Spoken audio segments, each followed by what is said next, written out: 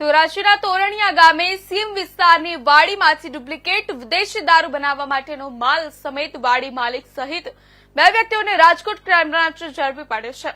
Rajkot crime બ્રાન્ચે Kantilal બાબરિયાની ખેતરમાં આવેલા ઓરડીમાંથી duplicate વિદેશી દારૂ બનાવવા માટેના માલ સામાન સાથે 3 વ્યક્તિઓને પકડી પાડ્યા છે.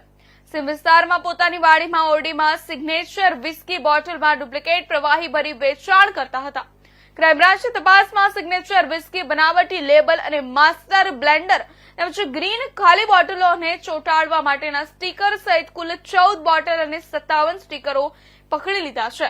વિદેશી દારૂ ડુપ્લિકેટ બનાવવા માટે 110 લીટરના બેરલમાં લાલ કલરનું ડુપ્લિકેટ પીણું ભરી 3 બેરલ પકડી પાડ્યા, જેમાં એક બેરલ 100 લીટરનું અને બીજું 70 લીટરનું હતું.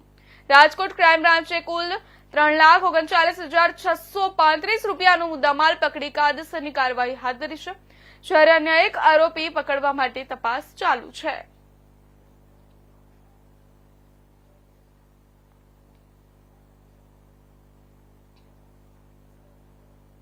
સમાચારમાં આગળ વાત કરીએ તો ઉપલેટાના ગઢાળા નજીક